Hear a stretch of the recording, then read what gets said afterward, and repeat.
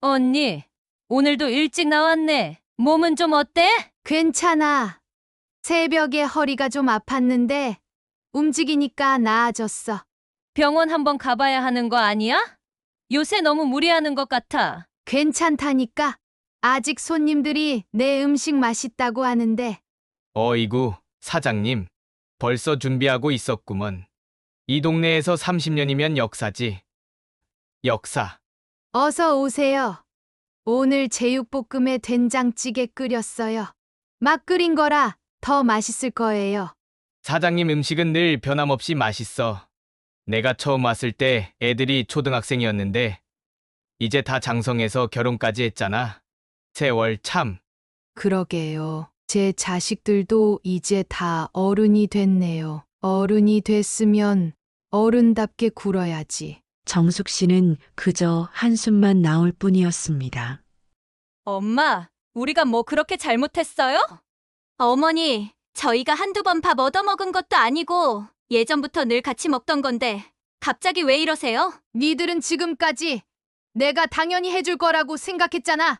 엄마, 솔직히 말해봐요. 우리가 몇 번 밥 얻어먹었다고, 반찬 몇 개 가져갔다고, 그게 그렇게까지 대단한 일이에요? 그래. 너희한테는 그게 아무것도 아닐 거야. 하지만 나는 장사하는 사람이야. 내가 한 끼 해주는 게, 반찬을 싸주는 게 그냥 아무 의미 없는 일이었을 것 같아. 저기 봐. 나는 아침부터 나와서 하루 종일 서서 일해. 국을 끓이고, 반찬을 만들고, 손님들 서빙하고 계산하면서 온몸이 쑤시고, 다리가 퉁퉁 붓고, 집에 들어가면 기운이 없어서 쓰러지듯 자는 게 내 하루야. 그런데 이들은 주말마다 몰려와서 내가 바쁜 와중에도 당연하다는 듯 밥을 먹고 갔어. 한 번이라도 엄마, 힘든데 괜찮아? 어머니, 설거지는 제가 할게요. 이런 말 해본 적 있어? 몇 번 얻어먹은 거 아니라고? 반찬 몇 개 가져간 거 대단한 일 아니라고? 너희 결혼하고 나서 김장철마다 뭐라 했었지? 어머니, 김치 좀 담가 주시면 안 되냐고 했죠. 근데 그게 그렇게까지 화내실 일이에요? 엄마, 어차피 가게에서 김치 많이 담그잖아. 우리도 필요하니까 좀 얻어갔다고 해서 그게 그렇게 잘못한 거야? 그래, 너희는 그게 잘못인지도 몰랐겠지. 김치 30포기씩 가져가면서 나는 뭐였니? 하루 이틀도 아니고 매번 김장철만 되면 당연하다는 듯 시댁김치, 친정김치 챙겨달라면서 나는 가게에서 힘들게 담근 김치를 니들 집 냉장고에 채워 넣었어. 그런데 나는 니들 집 가서 김치 한 조각 얻어먹은 적이 있니? 니들은 그게 당연했던 거야. 내가 주는 거, 내가 해주는 거. 니들한테는 그냥 당연한 거였지. 니들끼리 밥 먹고 싶을 때는 엄마 바쁠 테니까 우리가 먹고 갈게요 하면서, 하지만 니들은 내 가게에 와서 밥 먹고 손 하나 까딱하지 않고 자리에서 일어나고 반찬까지 챙겨갔지. 그럼에도 내가 가만히 있었던 이유가 뭔 줄 알아? 나는 그래도 가족이니까 참은 거야. 니들이 와서 밥 먹고 가는 게 반가웠어. 그래서 계속 참았어. 엄마, 그래도 너무하잖아요. 엄마는 가족이니까 참았다면서요. 그럼 이제 가족이 아니라고 할 거예요? 그래, 가족이지. 근데 너희는 가족이니까 뭘 했는데? 가족이라면서. 너희 아빠가 아플 때는 어디 있었니? 너희 아빠 몇 년 전부터 몸이 많이 안 좋으셨잖아. 병원도 다니고 약도 드시고 가끔씩 집에서 누워 계신 날도 많았고, 그때 니들은 뭐 했어? 엄마, 우리가 바빠서. 그래, 너희는 바빴겠지. 그래도 한 번이라도 아빠 괜찮으세요?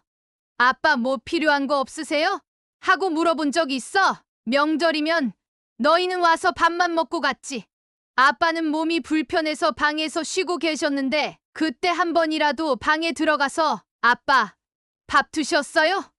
하고 물어본 적 있어? 그때도 나는 참았어. 그래도 언젠가는 너희가 아빠 걱정할 줄 알았거든. 근데 몇 년이 지나도 너희는 단 한 번도 아빠 병문안을 온 적이 없었어. 근데 참 신기하지? 김장철만 되면 전화가 오더라. 내 생일에는 연락 한 통 없으면서 김장철에는 엄마, 올해 김장은 언제 하세요?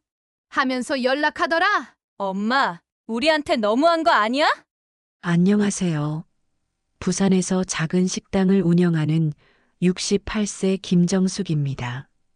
오늘은 제가 정말 오랫동안 참고 참았던 이야기를 하려고 합니다.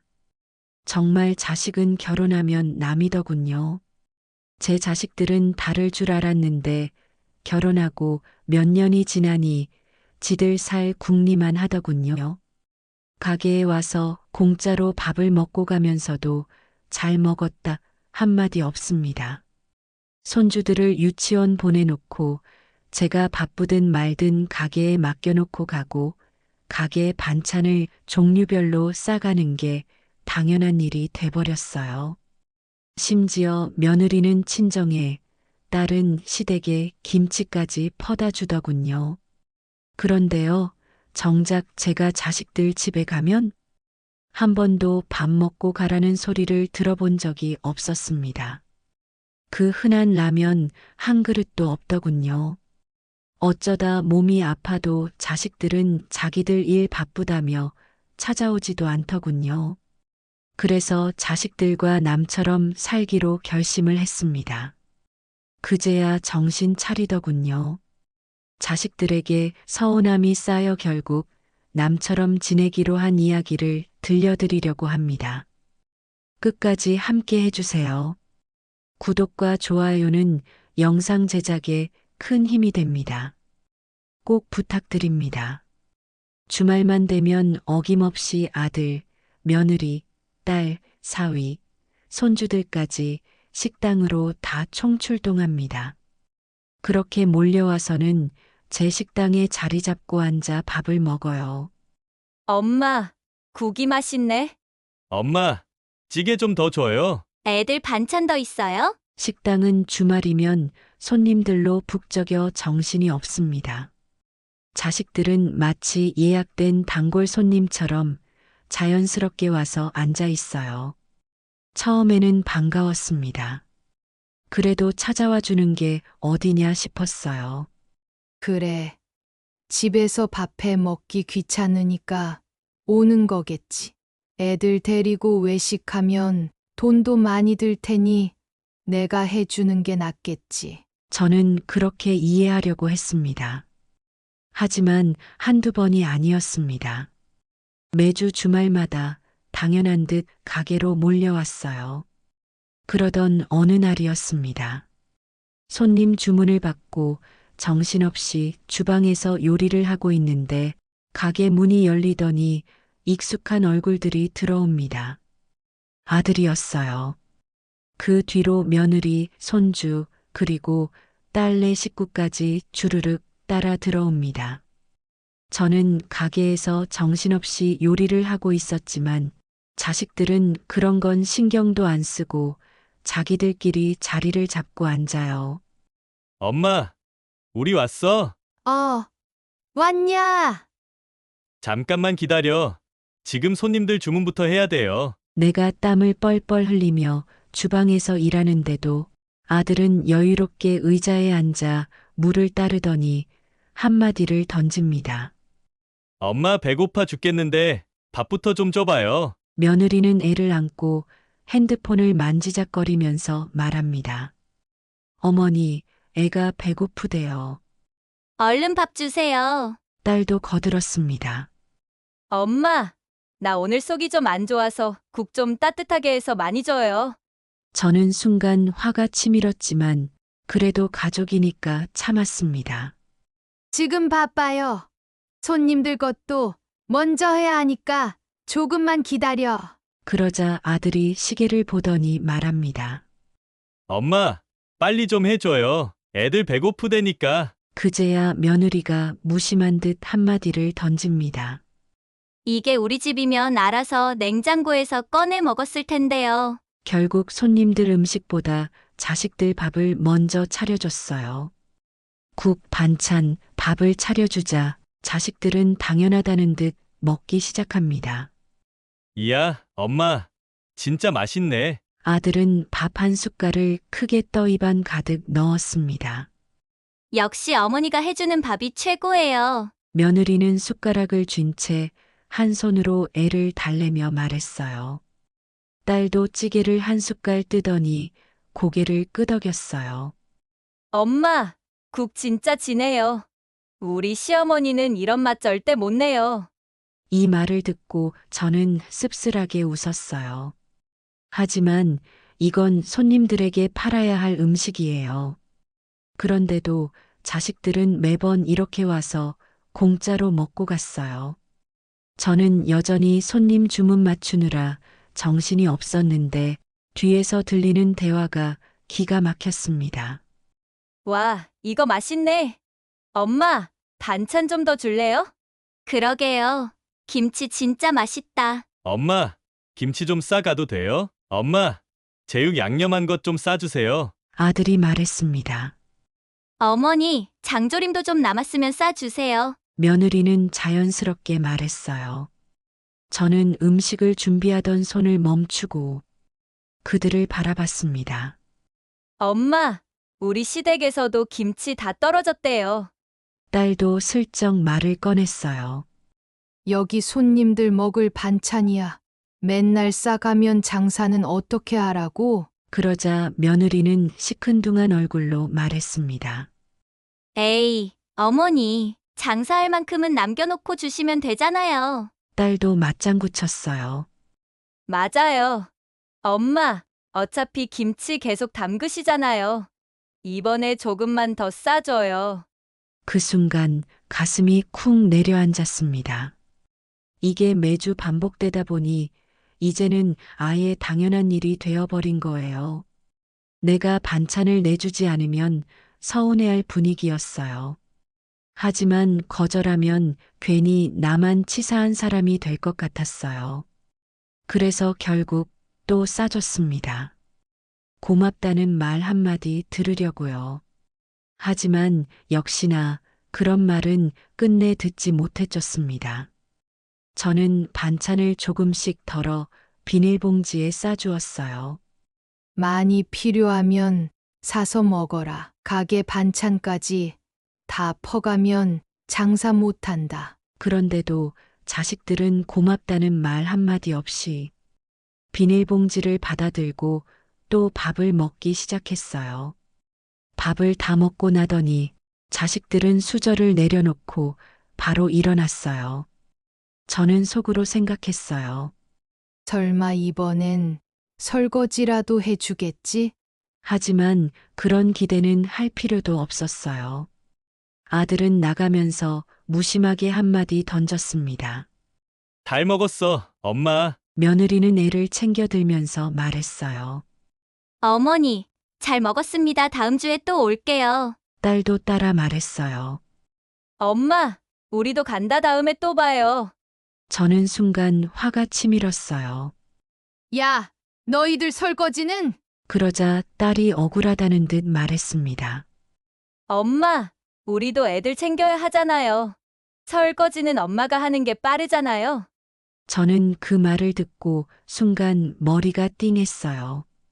가을바람이 조금씩 차가워질 때쯤이면 저는 가슴부터 답답해졌습니다. 김장철이 다가오고 있었기 때문입니다.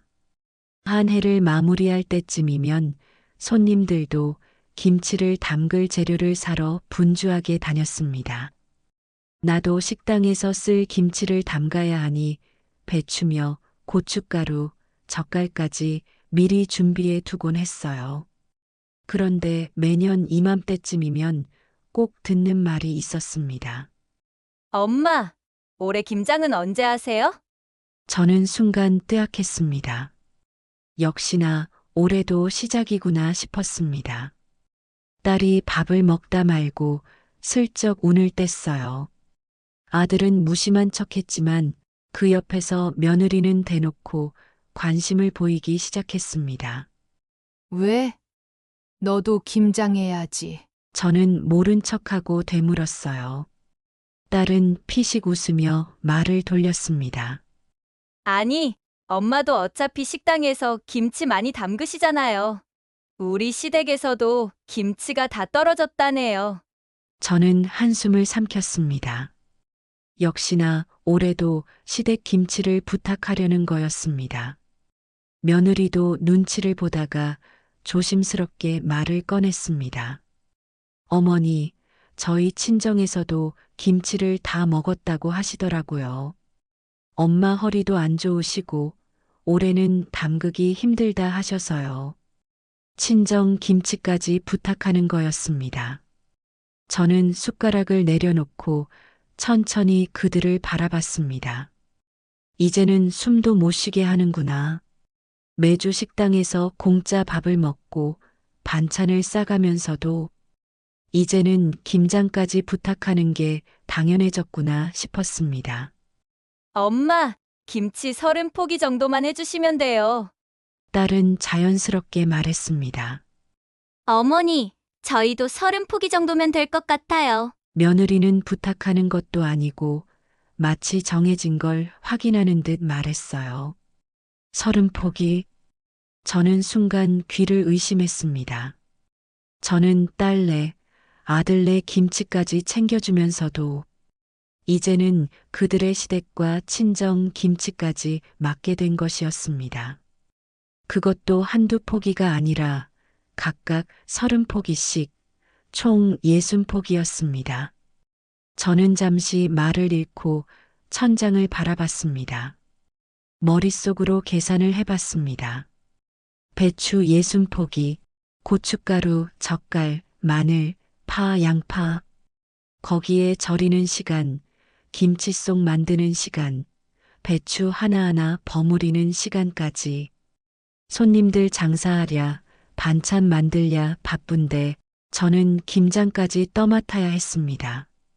저는 차마 못 들은 척 했습니다.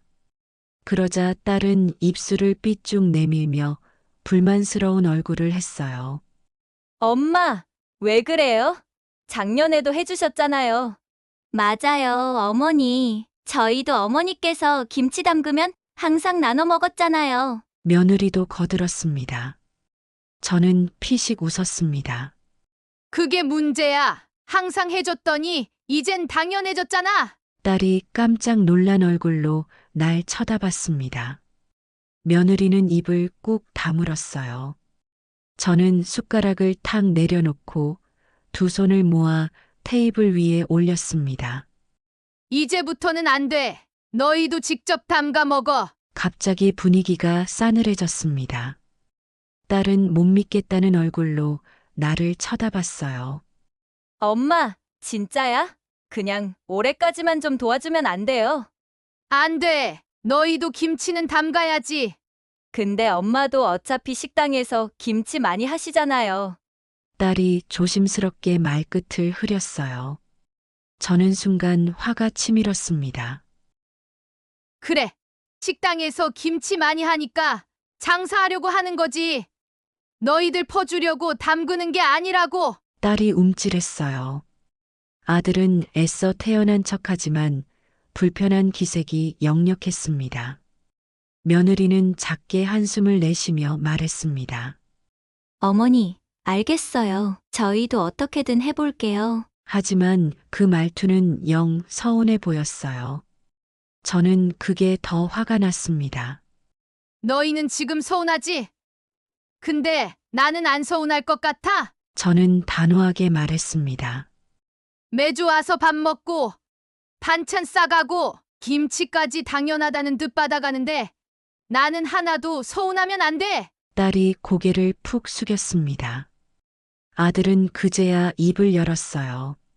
엄마, 미안해요. 그냥 엄마가 워낙 잘해주시니까 당연하다고 생각한 것 같아요. 저는 작게 한숨을 내쉬었습니다. 그런데 그때뿐이었습니다. 남편이 몸이 아파 평소보다 가게 문을 평소보다 늦게 열게 된 어느 날이었습니다.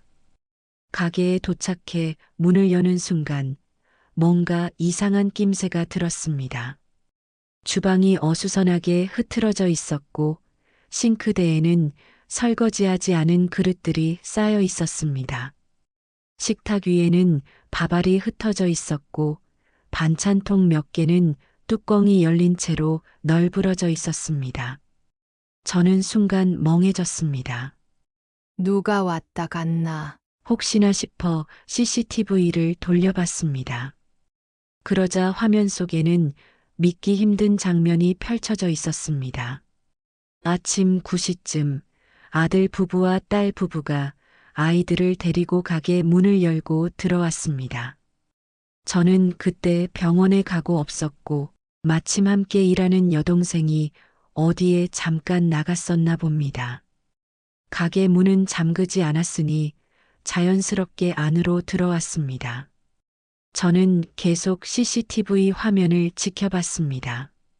엄마 없네? 그래도 밥은 먹고 가자. 딸이 주방을 둘러보며 말했습니다. 자식들은 테이블에 앉더니 며느리와 딸은 주방으로 들어가 냉장고를 열었습니다. 저는 그 모습을 보고 가슴이 철렁 내려앉았습니다. 그들의 행동을 지켜보니 마치 자기 집 부엌에서 밥 차려 먹듯이 너무나도 자연스러웠습니다. 응. 엄마 병원 갔다고 하셨잖아. 어차피 반찬 많으니까 그냥 먹고 가면 돼. 며느리도 아무렇지 않게 냉장고를 열었습니다. 저는 화면을 지켜보며 충격을 받았습니다. 내가 없는데도 내 허락도 없이 너무나도 당연하게 밥을 차려 먹고 있는 자식들.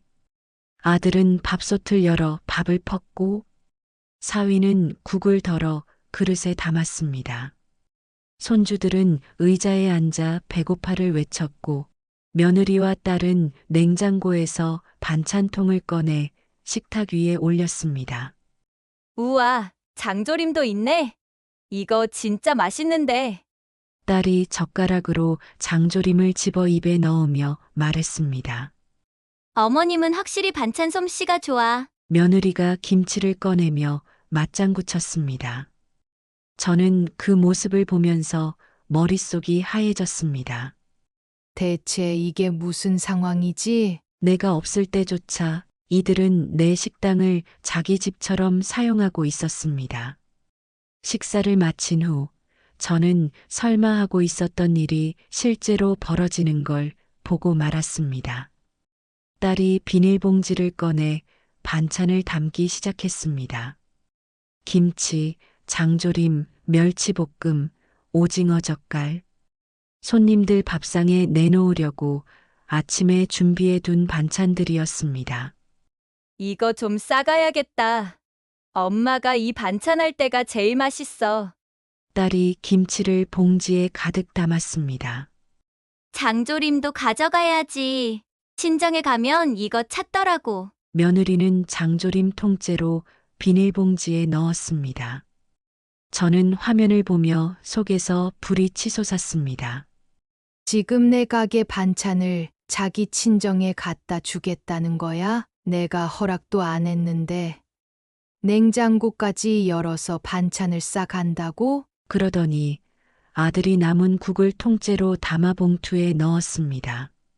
이거 우리 집에서도 먹을 수 있겠네. 엄마가 끓이면 깊은 맛이 난단 말이야. 저는 더 이상 화면을 지켜볼 수 없었습니다. 온몸에 힘이 풀리고 가슴이 철렁 내려앉았습니다. 저는 두 손을 떨며 핸드폰을 집어들었습니다. 그리고 그 자리에서 바로 전화를 걸었습니다. 휴대폰을 들자마자 손이 떨렸습니다. 벨이 몇 번 울리자 아들이 전화를 받았습니다. 엄마, 왜? 이를 악물고 참아왔던 말을 쏟아냈습니다. 너희들 지금 뭐 하는 거야? 응. 무슨 말이야? 아들은 모르는 척하며 대답했습니다. 너희 가게에 왔다 갔니? 아, 엄마 없길래 밥 좀 먹고 왔지. 왜 그래? 너희 지금 그게 할 소리야? 내가 허락이라도 했어? 저는 목소리가 점점 격앙되기 시작했습니다. 엄마, 별일 아니잖아. 그냥 밥 먹고 가려고 한 건데. 밥만 먹고 가려고? 밥만? 반찬 싸가는 건? 냉장고 뒤지는 건? 잠시 정적이 흘렀습니다. 아들은 대답하지 못하고 있었습니다. 그러자 딸이 전화를 받아들었습니다. 엄마, 왜 그렇게 화를 내? 그냥 우리끼리 밥 먹고 반찬 좀 가져가는 거잖아. 매번 엄마가 주던 거잖아. 저는 조용한 목소리로 단호하게 말했습니다. 이제부터는 절대 안 돼. 가게에 다시는 오지 마. 엄마, 그게 무슨 소리야? 내 가게야. 내 일터라고. 너희 집이 아니야. 다시는 내 허락 없이 들어오지 마. 그렇게 전화를 끊고 눈을 감았습니다. 그날 이후 자식들이 가게에 들어오지 못하게 문을 잠그기 시작했습니다. CCTV를 다시 확인할 때마다 속에서 불이 치솟았고 가슴이 쿵쿵 내려앉았습니다. 가게는 내 일터이고 내 삶의 터전입니다. 그런데 내 자식들은 이곳을 엄마 가게가 아니라 자기네 집 냉장고처럼 여겼습니다. 더 이상 참을 수 없었습니다. 그래서 그날 밤 가족 단톡방에 메시지를 보냈습니다. 앞으로 내 가게에 허락 없이 오지 마라. 밥도, 반찬도, 김치도 없다. 니는 장사하는 사람이지. 너희 밥 해주는 식모가 아니다. 그런데도 답장은 한동안 없었습니다. 한참이 지나서야 딸이 톡을 보냈습니다. 엄마, 왜 그래? 우리가 뭘 그렇게 잘못했다고? 눈을 질끈 감고 한숨을 내쉬었습니다.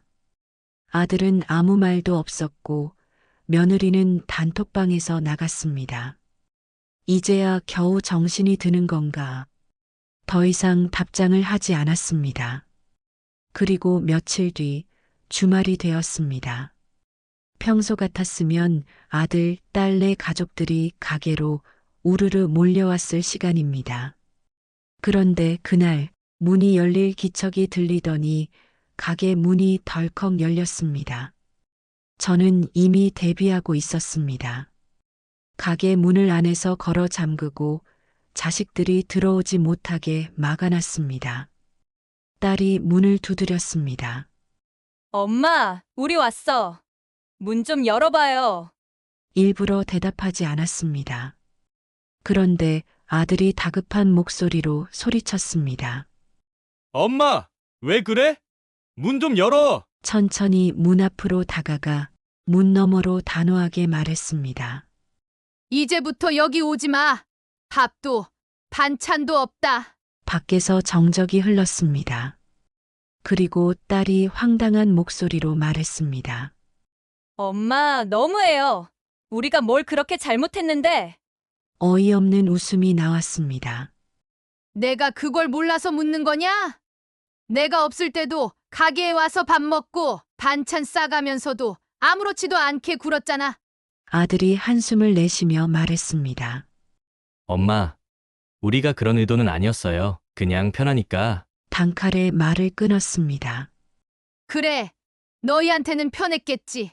밥도 차려져 있고 반찬도 넉넉하니까. 근데 나는 불편했어. 너희들이 와서 밥을 먹고 가면 남는 건 뭐였는 줄 아니? 숨을 한번 고르고 말을 이었습니다.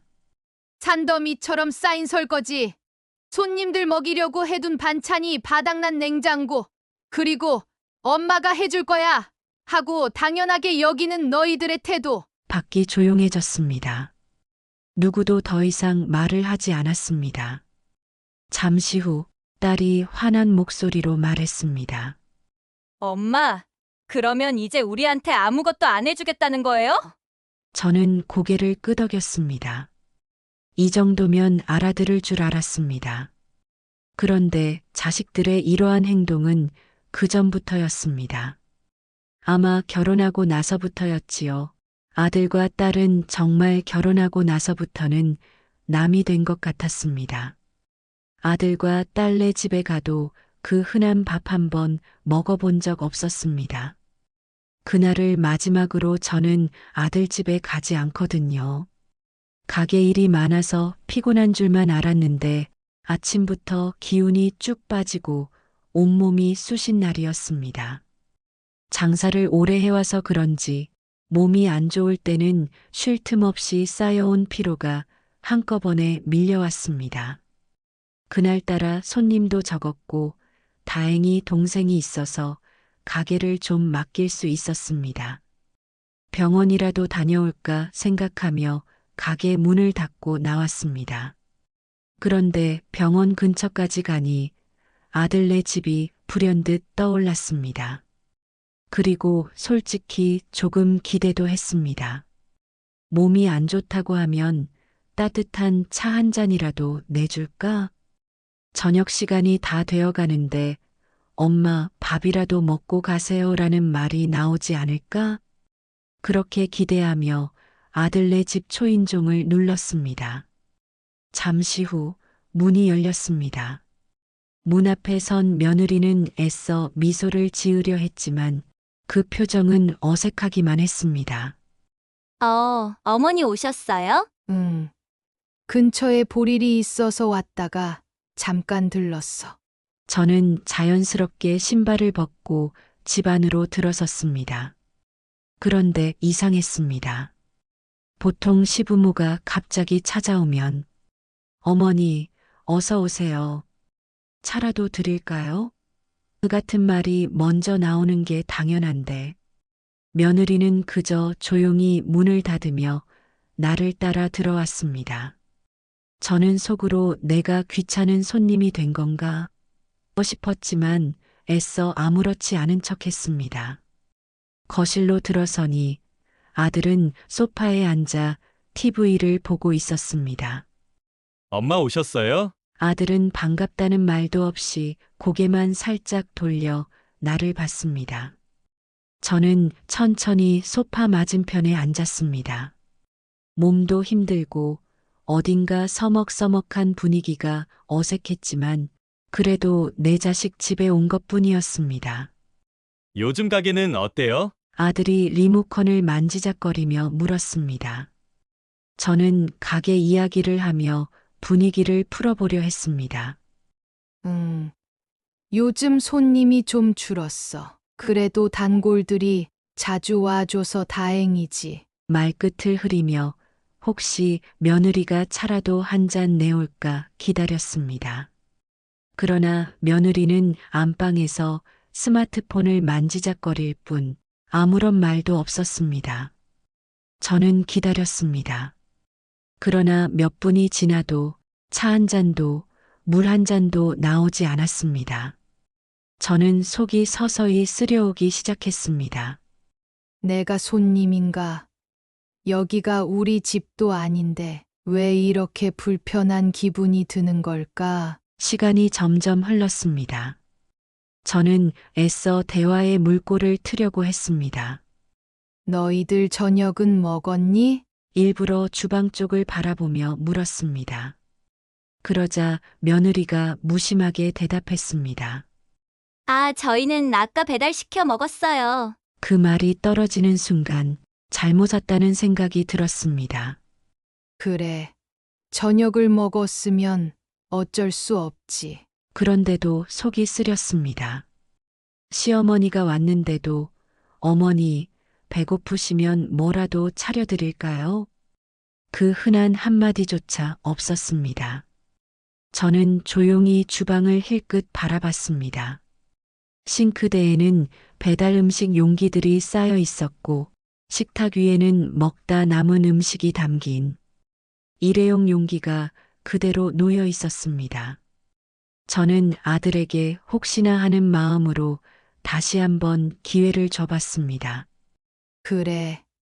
엄마 갈게. 그냥 얼굴 보러 왔어. 저는 천천히 자리에서 일어났습니다. 그러자 아들이 슬쩍 물었습니다. 벌써 가요? 저는 그 순간 속으로 쓴웃음을 지었습니다. 밥 한 끼 먹고 가라는 말은 안 하고 그냥 벌써 가냐고 묻는 거야? 저는 마지막으로 아들의 눈을 바라봤습니다. 혹시나 그의 눈빛에서 무언가 감정을 느낄 수 있을까 싶어서요. 하지만 아들은 별 감정 없는 얼굴로 다시 TV 화면을 바라보고 있었습니다. 저는 신발을 신으면서도 혹시라도 엄마 저녁 먹고 가라는 그 한마디가 나올까 기다렸습니다. 그러나 끝까지 그 말을 해주는 사람은 없었습니다. 아들네 집에서 나온 뒤 마음이 너무 허전했습니다. 그래서 이번에는 딸네 집을 가보기로 했습니다. 그래. 딸은 다를 수도 있겠지. 저는 희미하게나마 기대를 품고 딸네 집 초인종을 눌렀습니다. 딸이 문을 열더니 의아한 표정을 지었습니다. 엄마, 웬일이야? 그냥 근처에 볼 일 있어서 왔다가 들렀어. 딸은 어색한 웃음을 지으며 문을 열어주었습니다. 저는 신발을 벗고 거실로 들어섰습니다. 소파에 앉은 사위가 나를 힐끗 보더니 어머니 오셨어요? 하고 건성으로 인사하고는 다시 휴대폰을 들여다봤습니다. 이 분위기 어디서 많이 본 것 같은데. 자연스럽게 주방 쪽을 바라봤습니다. 그리고 또 한 번 가슴이 철렁했습니다. 싱크대에는 먹고 남은 배달음식 용기가 가득했고 딸이 나를 보며 대수롭지 않게 말했습니다. 엄마, 밥은 먹고 왔지? 순간 아무 말도 할 수 없었습니다. 그래, 여기도 똑같구나. 가만히 자리에서 일어났습니다. 그래, 엄마 갈게. 그냥 얼굴 보러 왔어. 딸은 그제야 당황한 듯 물었습니다. 벌써 가? 좀 더 있다 가지. 저는 쓴웃음을 지으며 문을 열었습니다. 됐어. 가볼게. 저는 딸의 집을 나와 천천히 길을 걸었습니다. 차가운 바람이 불어왔지만 속이 타들어가는 것 같은 서러움은 그보다 더 시렸습니다. 저는 왜 밥 한 끼 얻어먹지 못하는 부모가 되었을까? 이제야 확실해졌습니다. 저는 가족이 아니라 편리한 존재였을 뿐입니다. 그날 이후 한동안 아들, 딸네 식구들은 가게에 나타나지 않았습니다. 오랜만에 평온한 주말을 맞이할 수 있었습니다. 마음 한구석이 허전하기도 했지만 동시에 속이 후련하기도 했습니다. 주방에서 국을 끓이며 이제야 내 공간을 되찾았다는 느낌이 들었습니다. 그동안 주말이면 마치 단골 손님처럼 몰려와 앉던 자식들. 그들이 오지 않으니 이제야 가게가 원래 주인에게 돌아온 기분이었습니다. 그런데 그 평온함도 오래가지 않았습니다. 며칠 뒤 주말 오후 가게 문이 열리더니 익숙한 얼굴들이 무리지어 들어왔습니다. 아들, 며느리, 딸, 사위, 그리고 손주들까지. 그들은 마치 매주 오던 단골 손님처럼 아무렇지도 않게 가게로 들어와 자리를 잡았습니다. 저는 순간 멈춰 섰습니다. 그동안 연락 한 번 없더니 다시 이렇게 태연하게 가게로 온 이유가 뭘까? 저는 단호하게 선언했습니다.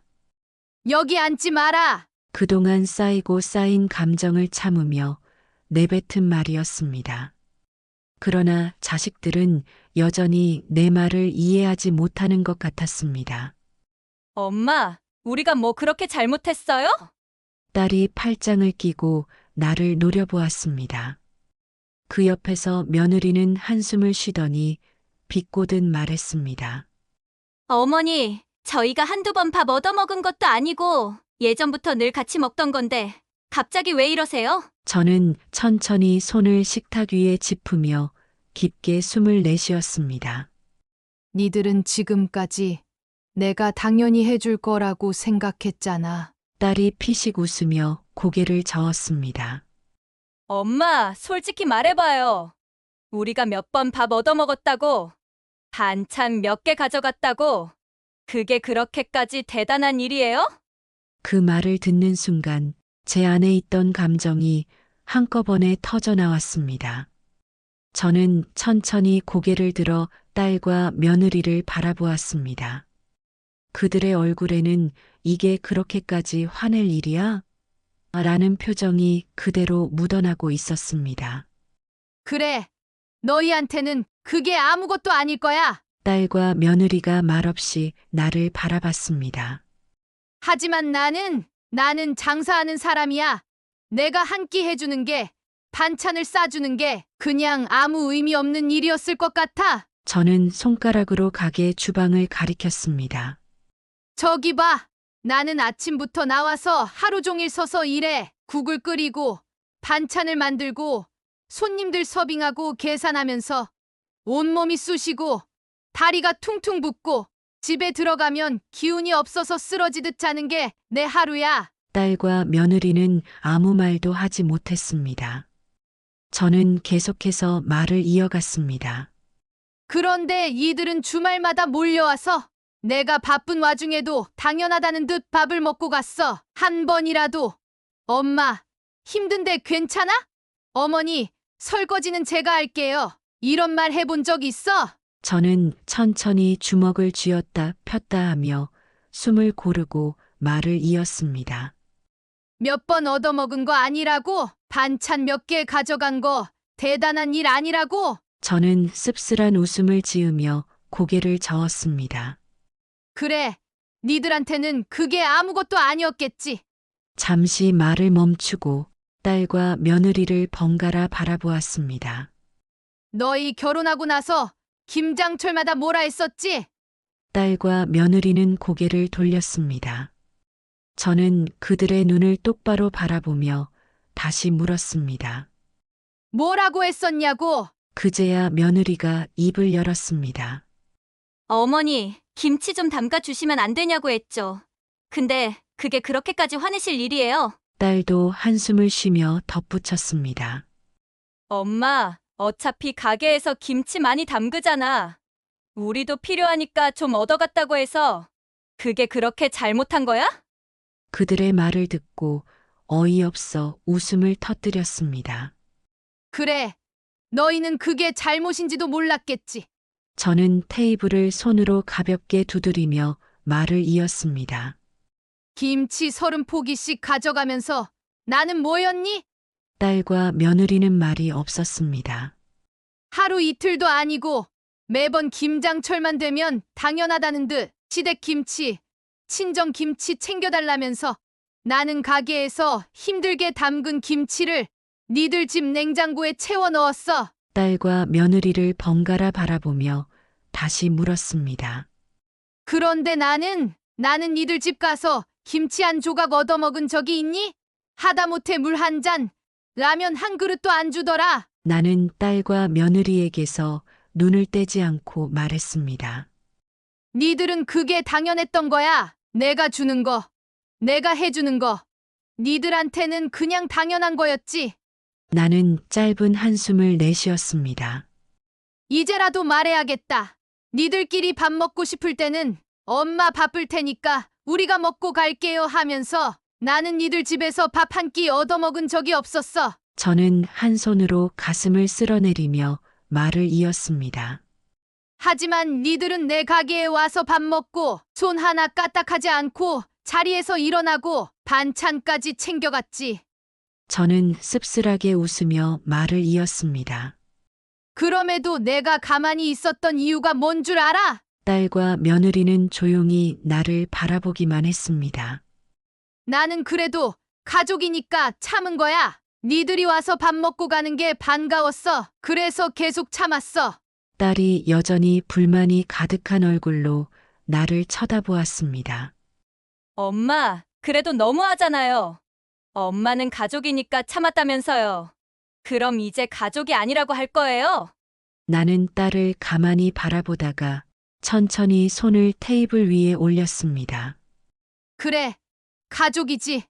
근데 너희는 가족이니까 뭘 했는데? 딸이 움찔했습니다.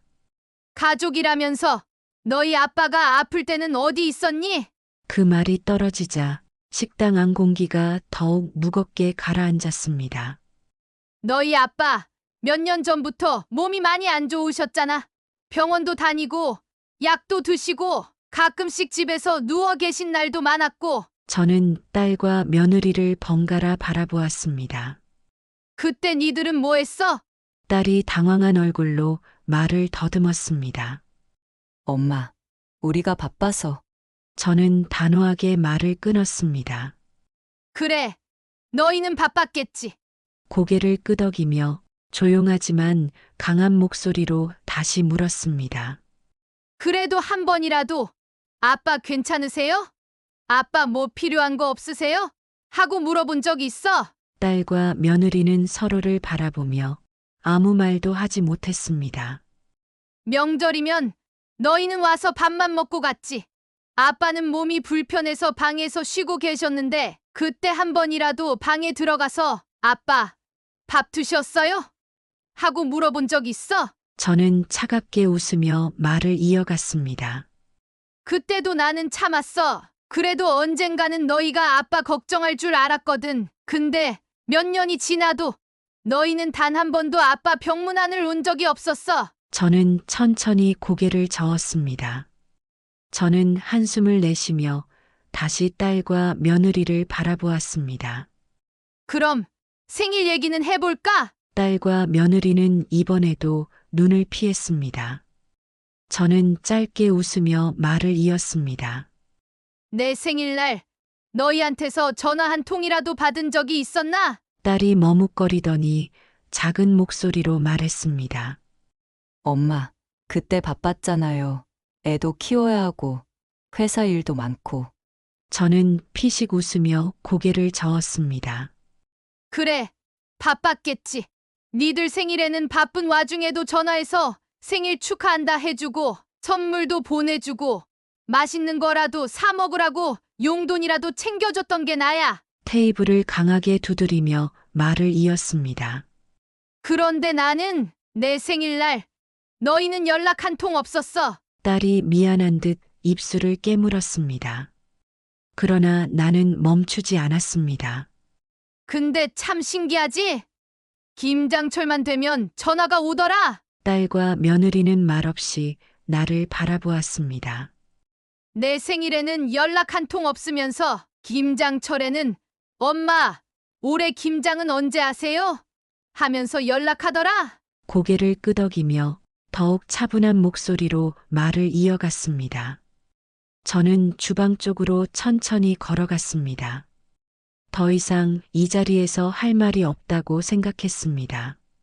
이제는 정말 끝이구나. 그러나 그 순간 조용히 나를 바라보던 아들이 입을 열었습니다. 엄마 미안해요. 저는 걸음을 멈추었습니다. 조금이라도 반성하는 기색이 보이면, 조금이라도 나를 이해하려는 마음이 있다면 저는 기꺼이 손을 내밀 생각이었습니다. 하지만 그건 아들의 말 한마디에서 끝이었습니다. 딸이 벌떡 자리에서 일어났습니다. 눈물로 젖은 얼굴에는 억울함과 분노가 뒤섞여 있었습니다. 엄마, 우리한테 너무한 거 아니야? 저는 천천히 돌아서서 딸을 바라보았습니다. 뭐가 너무하다는 거니? 딸은 이를 악물었습니다. 엄마가 우리한테 해준 게 많다고 해도 그게 그렇게까지 우리가 미안해야 할 일이야? 저는 아무 말 없이 딸의 말을 기다렸습니다. 딸은 주먹을 쥐고 말을 이었습니다. 밥 몇 번 준 거, 반찬 좀 가져가게 해준 거, 그게 그렇게 대단한 일이라고 우리가 이렇게까지 비난받아야 돼? 역시 아직도 모르고 있구나. 밥 몇 번 줬다고? 반찬 좀 싸줬다고? 딸은 여전히 억울한 표정이었습니다. 그때 옆에 있던 며느리가 한숨을 내쉬며 말을 거들었습니다. 어머니, 저희가 진짜 너무했다면 죄송한데요. 사실 어머니도 너무 서운하게만 생각하시는 것 같아요. 저희가 어머니 가게에서 밥을 먹은 게 죄는 아니잖아요. 저는 잠시 며느리를 바라봤습니다.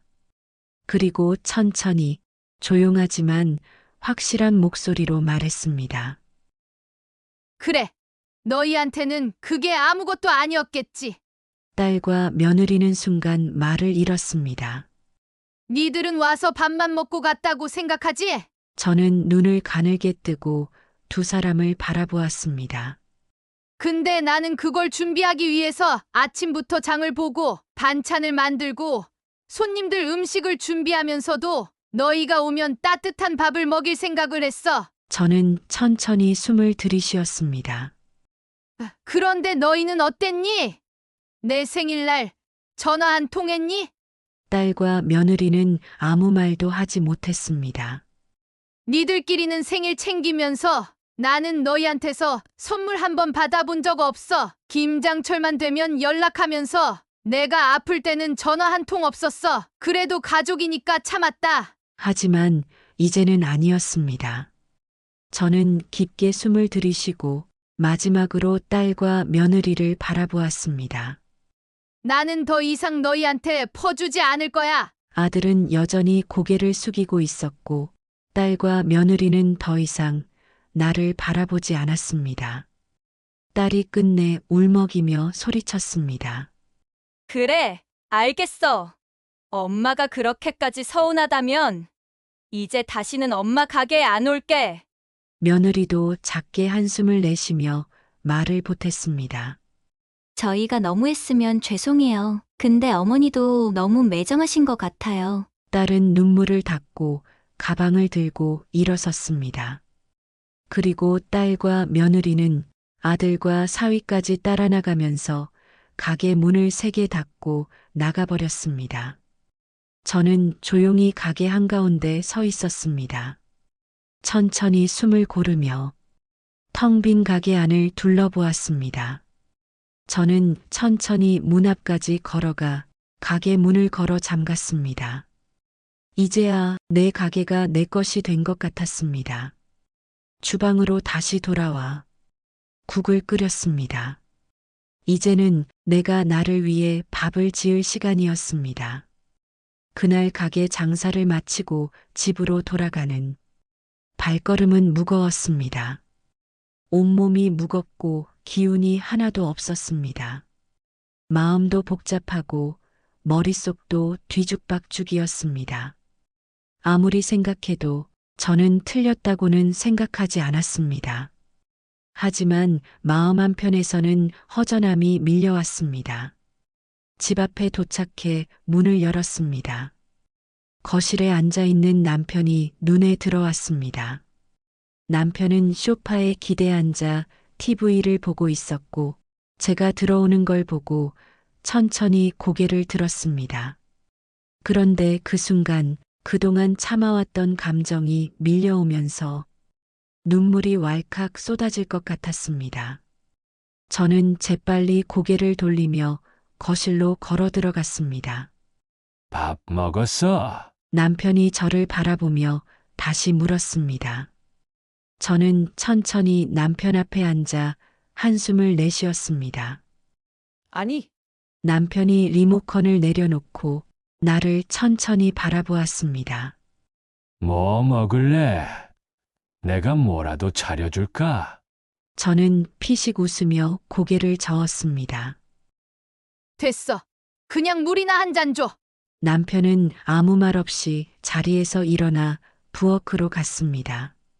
잠시 후 따뜻한 물 한 잔을 내 앞에 내려놓았습니다. 저는 천천히 컵을 잡고 한 모금 마셨습니다. 그렇게 한참을 말없이 앉아 있었습니다. 그리고 남편이 조용히 입을 열었습니다. 가게에서 뭐 있었어?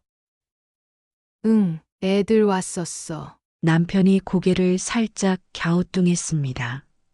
왔어. 무슨 일로? 저는 피식 웃으며 물컵을 내려놓았습니다. 뭐, 밥 먹으러 온 거지. 남편은 아무 말 없이 나를 바라보았습니다. 짧게 한숨을 내쉬고 오늘 있었던 일을 하나하나 이야기하기 시작했습니다.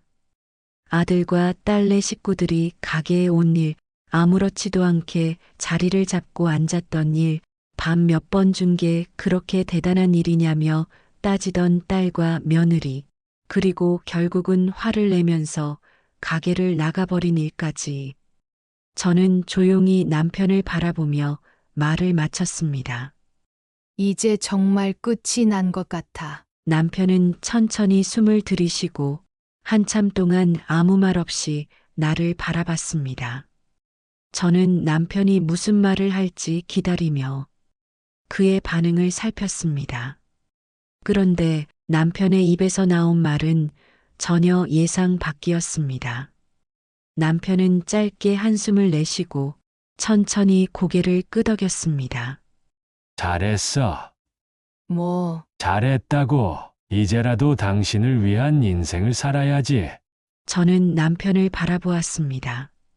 정말 그렇게 생각해? 남편은 피식 웃으며 고개를 끄덕였습니다.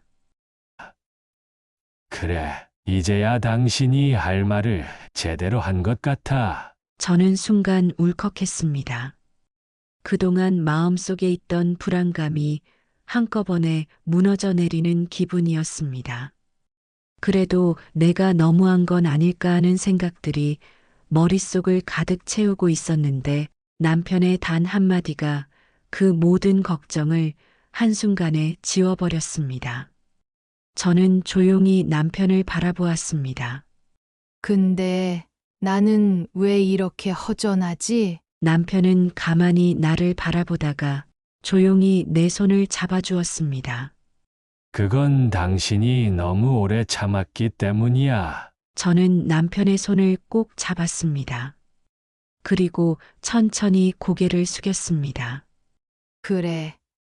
나는 너무 오래 참았어. 아이들이 밥을 먹고 가는 게 반가워서 아이들이 반찬을 싸가는 걸 보며 뿌듯해하면서 그저 가족이라는 이유로 모든 걸 참고 참아왔습니다.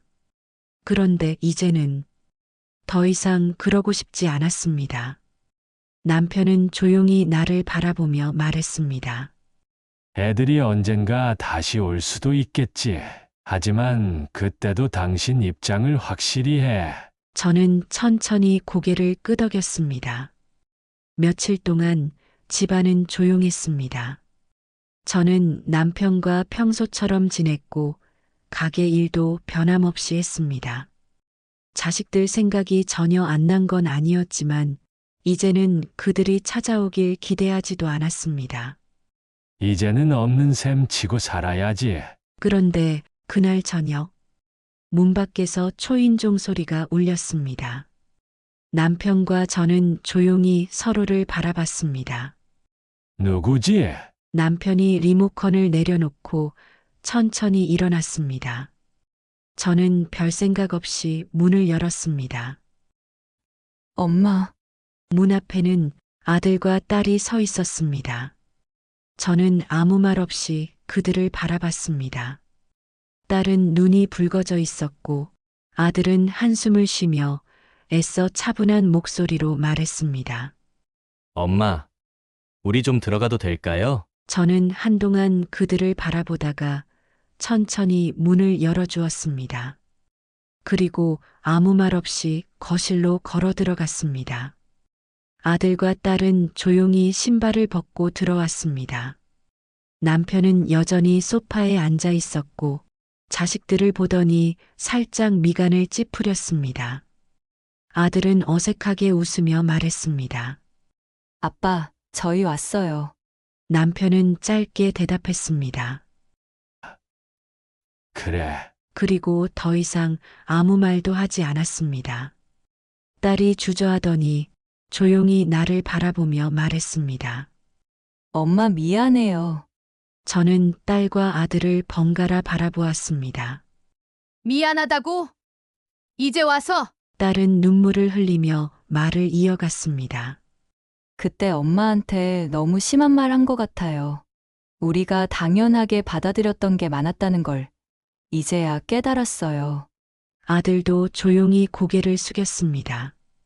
엄마, 저희가 너무 이기적이었어요. 엄마가 힘들어하는 걸 알면서도 그냥 모른 척했어요. 저는 아무 말 없이 그들을 바라보았습니다. 그리고 그때 남편이 자리에서 일어났습니다. 남편은 천천히 걸어와 아들과 딸을 한참 동안 바라보았습니다. 그리고 낮지만 단단한 목소리로 말했습니다. 이제 와서 미안하다고 하면 뭐가 달라지는데? 아들과 딸은 당황한 듯 남편을 쳐다보았습니다. 니들이 가게에서 내 엄마한테 했던 말 다시 한번 생각해봐라. 남편은 팔짱을 끼고 한숨을 쉬었습니다. 밥 몇 번 얻어먹은 게 그렇게 대단한 일이냐고 했지. 아들이 고개를 푹 숙였습니다. 아빠, 그건 우리가 잘못 말한 거예요. 우리가 너무 쉽게 생각했어요. 남편은 헛웃음을 지으며 고개를 저었습니다. 너희는 엄마가 당연히 퍼줄 거라고 생각했지. 딸이 조용히 입을 열었습니다. 아빠, 우리 정말 반성하고 있어요. 그러니까 다시 예전처럼 돌아갈 수 없을까요? 그 말을 듣는 순간 남편의 표정이 딱 굳었습니다. 남편은 천천히 고개를 저었습니다. 예전으로 돌아가긴 틀렸다. 아들과 딸은 충격을 받은 듯 눈을 크게 떴습니다. 남편은 차분하지만 단호하게 말을 이어갔습니다. 너희가 지금까지 엄마를 어떻게 대했는지, 우리 가족을 어떻게 대했는지 다시 생각해봐라. 아빠가 아플 때 너희는 한 번이라도 병문안 온 적 있냐? 엄마 생일에 전화 한 통 해본 적 있냐? 명절이면 와서 밥만 먹고 갔지. 엄마 힘든 거 한 번이라도 신경 쓴 적 있냐?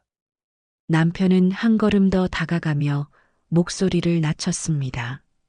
이제 와서 사과하면 우리가 다시 너희를 반겨줄 거라고 생각했냐? 아들과 딸은 아무 말도 하지 못했습니다. 저는 조용히 남편을 바라보았습니다. 저는 깊은 한숨을 내쉬었습니다. 그리고 차분한 목소리로 말했습니다. 너희들 이제 다시는 우리한테 엄마 밥 좀 해줘 같은 말 하지 마라. 나는 이제 너희들 없는 셈 치고 살 거야. 딸이 눈물을 닦으며 절박한 목소리로 말했습니다. 엄마, 제발 그렇게까지 말하지 마. 저는 단호하게 고개를 저었습니다. 아들과 딸은 충격을 받은 얼굴이었습니다.